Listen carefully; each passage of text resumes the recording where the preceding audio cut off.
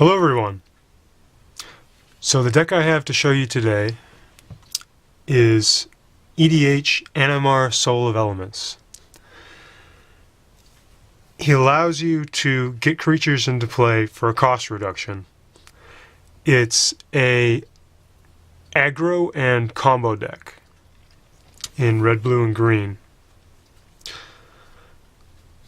So what he allows you to do is get out lots of creatures. You stack up quite a few on the board as the game gets going, and you're able to do this pretty quickly with him. So I'll dive into some of my card choices. I have a small amount of ramp. I've got 8 cards here. You basically just want a little bit of mana fixing so that you can get the one of each color to cast Animar. So a couple of my choices were Birds of Paradise for 1. Tap it to add 1 mana of any color. Good turn 1, helps you to get Animar out quickly.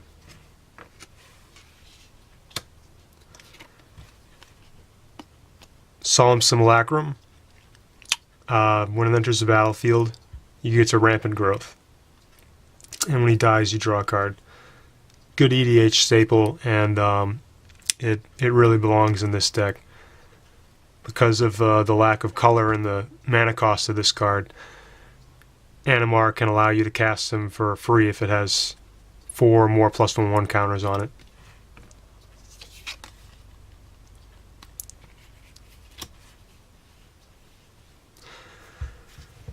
The next section that I have here are things that cheat creatures into play.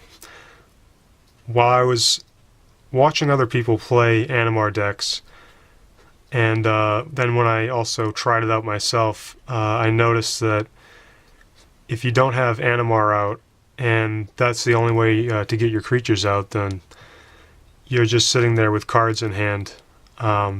Because a lot of the creatures in this deck are very large, and so you're going to struggle getting them out without some way to either cheat them into play or cost reduce them with Animar.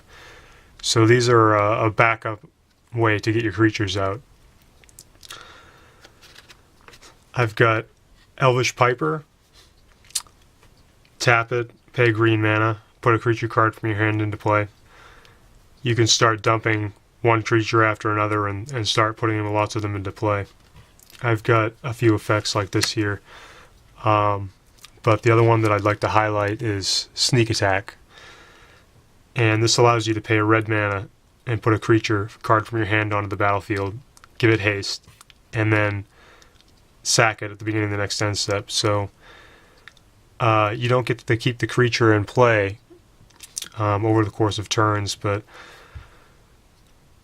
it does allow you to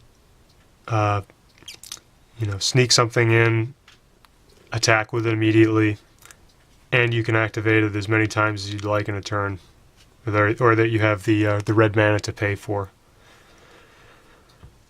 And it's also good with certain creatures that I put in this deck for it as well, that will give you an immediate benefit, such as World Spine Worm.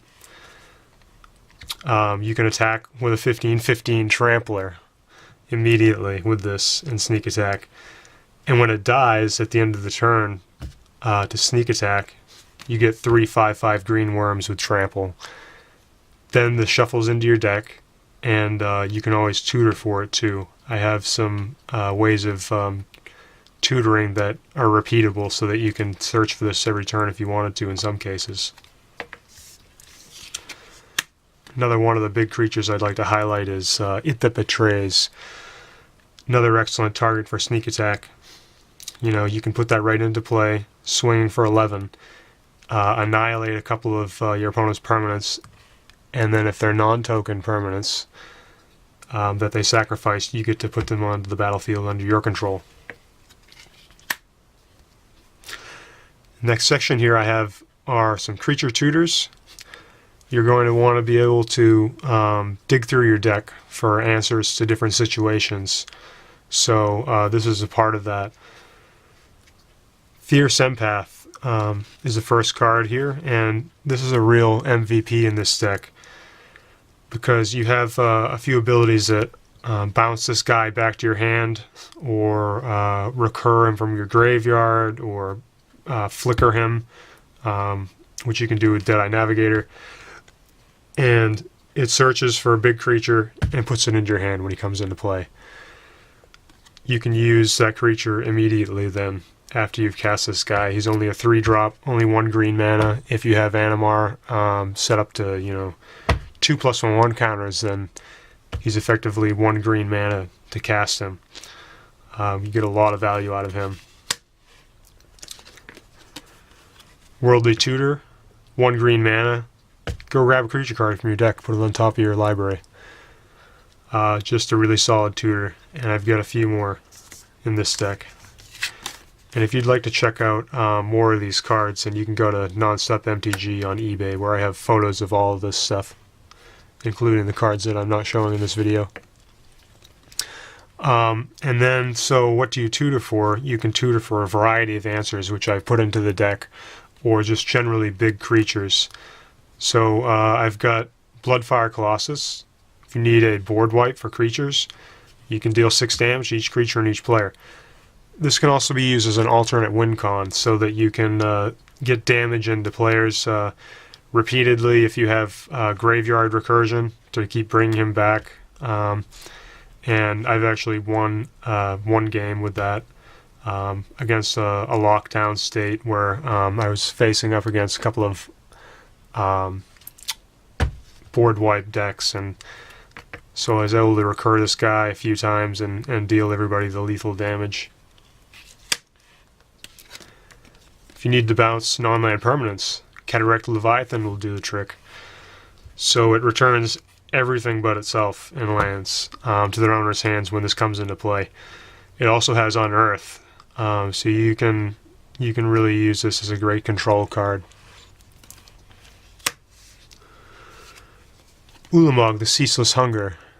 When you cast him, you exile 2 target permanents. So if you get Animar up to 10 counters, then this guy is free to cast it. So what's nice about these colorless creatures that don't cost, that only cost generic mana, they don't cost any colored mana, they don't cost, the new colorless mana, they can just drop them into play for free potentially with Animar.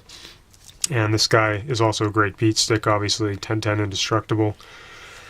And if he stays out, he's very difficult for your opponents to deal with because of the deck destruction that he does, exiling the top 20 cards whenever he attacks.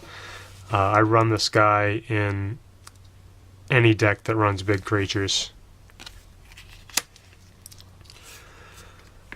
And the last card I'd like to highlight for creature answers is Maelstrom Wanderer. Gives all your creatures haste, and he has added value on top of that with 2 Cascades, 7/5.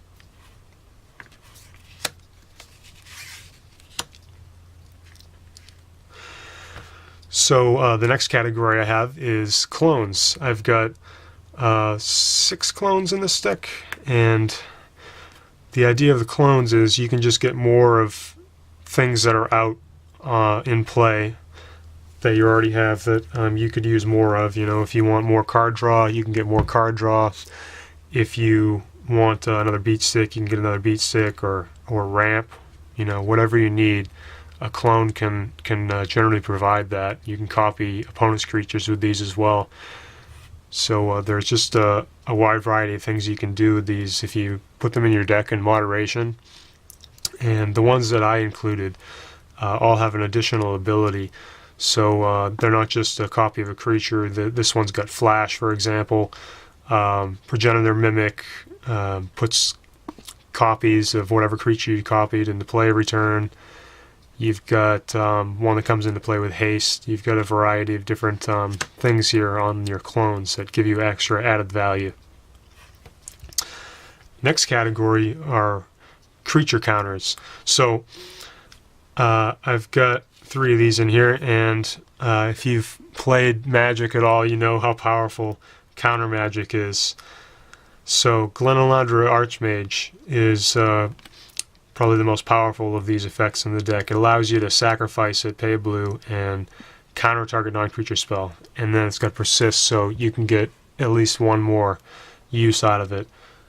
Or if you combine it with Novagin, Heart of Progress, you can keep using Glenalandra over and over again, because when you put a +1/1 counter on it, after it dies and comes back with a -1/-1 counter, it removes the -1/-1 counter because it cancels out. So you can just keep countering things with Glenalandra over and over again and keep it alive indefinitely with this card.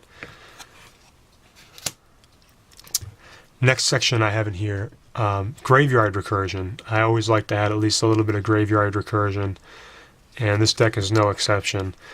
So I've got a few effects like Eternal Witness here, one of the best grave recursion cards that you can play in a lot of decks. When it enters the battlefield, you return target card from your graveyard to your hand. I have a lot of these enters battlefield effects because I have a couple of bounce effects and a flicker effect in here. And so what you can do with these grave recursion cards is, since I've got just a few of them, you'll be drawing into them in the middle and late game a lot, and so you can get back stuff that you've already played earlier in the game once your graveyard is stacked up a little bit with some options. And like I was saying, you can bounce these cards back to your hand or get repeated uses out of them in a couple of different ways. And then I've got some card draw in here.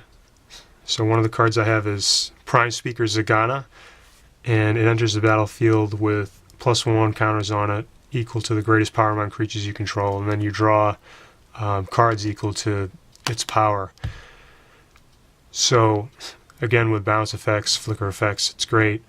And you know, when you're drawing into a lot of cards with a commander that reduces the cost of your creatures, you're able to dump a lot of the things that you drew right into play.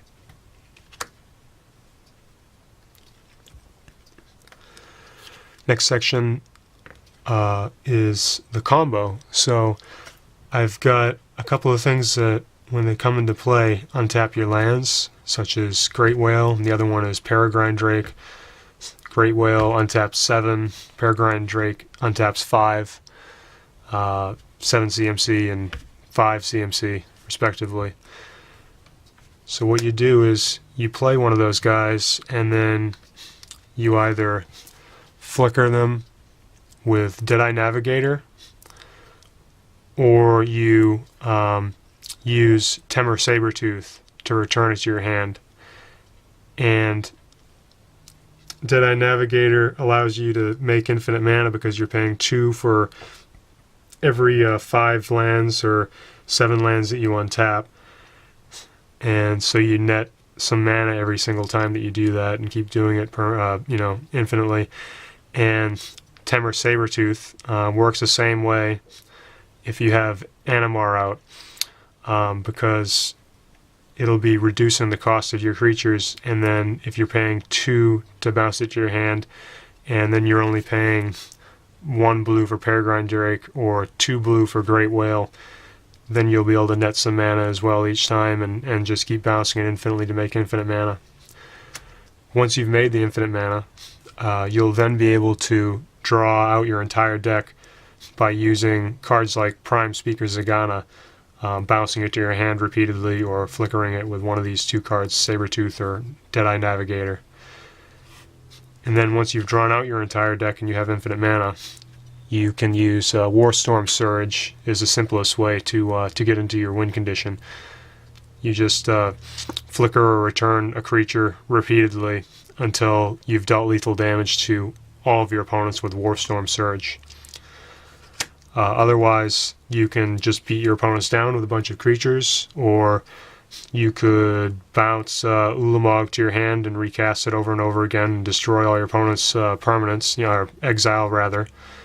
In any case, you should be able to get a win off once you have all your cards in your hand, even without Warstorm Surge.